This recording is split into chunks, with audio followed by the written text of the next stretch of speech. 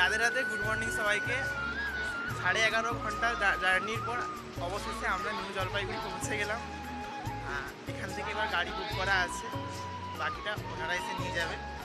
আর বাকি কখন কোথায় যাবো ইত্যাদি সমস্ত আপডেট পেয়ে যাবে।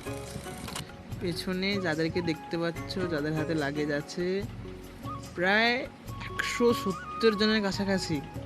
আমরা সবাই মিলে কিন্তু দার্জিলিং সফরটাকে কিন্তু এনজয় করেছি। এবং এরপরেই ছিল ব্রেকফাস্ট। আমরা ব্রেকফাস্টে বসে গেছি 3-4 জন মিলে।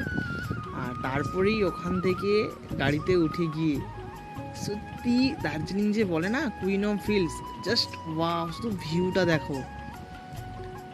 এখন তবু দেখা যাচ্ছে একটুক্ষণ পর যখন আমরা পরপর ওটা শিলিগুড়ি থেকে আমরা উপরের দিকে যাচ্ছি, দার্জিলিংয়ের দিকে যাচ্ছি, তো আস্তে আস্তে ওটা অন্ধকারে ঢেকে যাচ্ছে আর আমরা প্রায় কিছুই দেখতে পাচ্ছি না।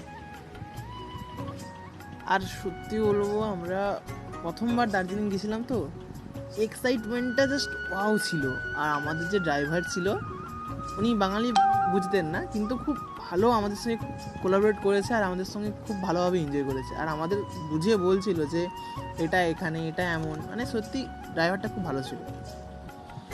তারপর আমরা ওই গাড়িতেই আর দিন দুপুর 1:30 পৌঁছে গেছিলাম। আমাদের প্রথম স্থান একটা হচ্ছে